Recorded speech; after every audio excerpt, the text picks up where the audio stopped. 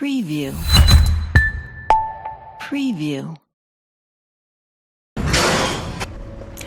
The Bosnian War in the former Yugoslavia was the worst conflict in Europe since World War II, claiming 100,000 lives and displacing over 2 million people.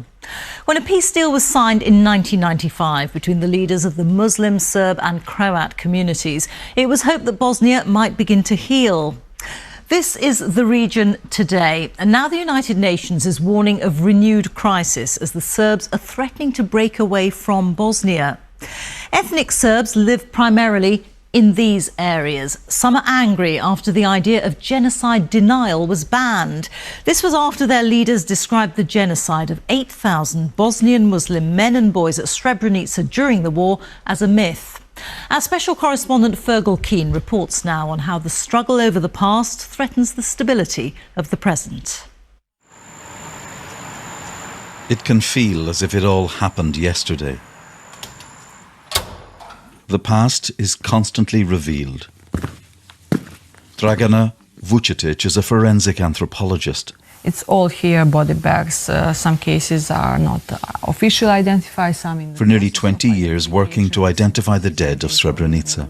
80% of the missing from Srebrenica we found so far. But still, we have to do a lot. 1,000 people is still a lot. And a lot of families. 1,000 families wait for our phone call.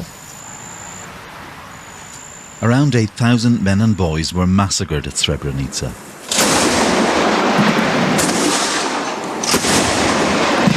In Europe's worst atrocity since World War II. They'd surrendered to the Serb commander, General Ratko Mladic. He separated men from their families with false promises of safety. But leaders in Serb-controlled territory called the genocide a fabricated myth. Those responsible, like Mladic and Radovan Karadzic, are now revered. We must remember those men, regardless of whether they say we are glorifying, says the current Bosnian Serb leader, Milorad Dodik.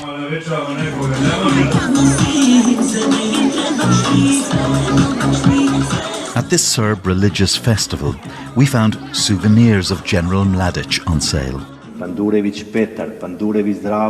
And in the local church, remembering Serb war dead, we met one of Mladic's generals. Vinko Panjurovic spent 10 years in jail for crimes against humanity at Srebrenica, failing to stop and punish atrocities by his troops.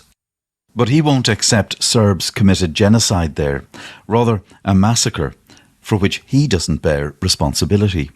Forgive me, but how on earth can your conscience be clear when you've been convicted of crimes against humanity? Simply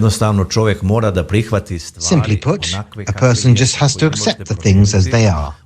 If you cannot change them, then let it be. This thing I cannot change. I accept that it exists. I live with it. For survivors, memory lives in the photographs of the dead. A grandfather, a father. Of Elimana Mimicevic, a child in the genocide, now a law professor and fearful of new conflict. It's very dangerous, especially for the survivors of genocide.